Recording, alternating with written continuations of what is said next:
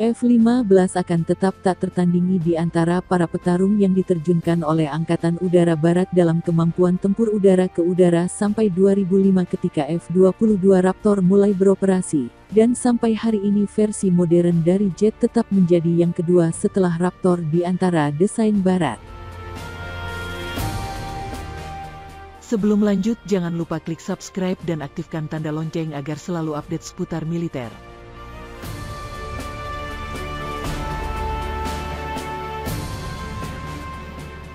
Menanggapi ancaman yang ditimbulkan oleh F-15, Uni Soviet tidak hanya akan menyebarkan generasi baru jet kelas berat yang lebih berkemampuan sendiri, tetapi juga akan melatih unit udara khusus untuk tugas menangani jet Amerika. 3 jet Soviet dikembangkan dengan rudal udara ke udara yang superior dan beberapa keunggulan kinerja dibandingkan F-15. Ini termasuk Su-27 analog langsung dengan Eagle yang mulai beroperasi pada tahun 1985, serta pencegat MiG-25PD dan MiG-31. MiG-25PD adalah varian generasi keempat dari desain MiG-25 asli dengan sistem peperangan elektronik, sensor, avionik, dan persenjataan yang diperbarui. Peningkatan itu memiliki keunggulan besar dibandingkan F-15 dalam hal kecepatan, ketinggian, dan jangkauan pertarungan. Selain itu, keuntungan yang dimiliki oleh MiG-31 adalah jet menjadi 2 kali lebih berat dari Eagle dengan sensor dan persenjataan yang jauh lebih kuat, bahkan lebih signifikan.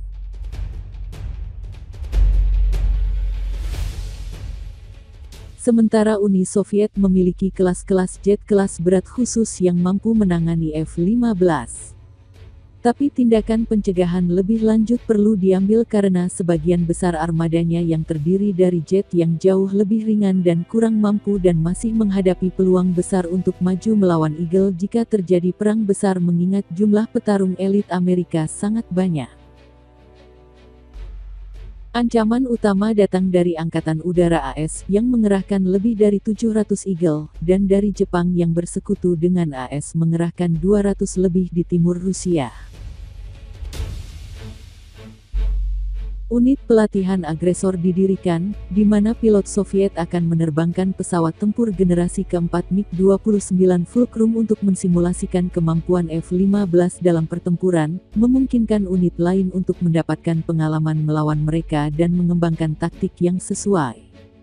Ini sangat mencerminkan apa yang Angkatan Udara AS lakukan pada saat itu menggunakan jet Soviet seperti MiG-23 dan MiG-21 yang diperoleh dari negara-negara seperti Mesir dan Indonesia untuk melatih pilot tentang cara memerangi mereka.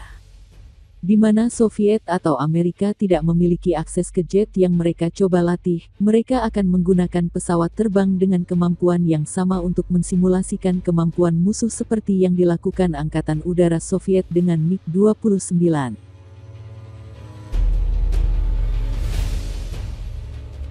Hanya saja MiG-29 sedikit lebih lambat dan terbang lebih rendah daripada F-15 tetapi jauh lebih bisa dikendalikan, terbang lebih cepat dan bisa membawa rudal jarak jauh.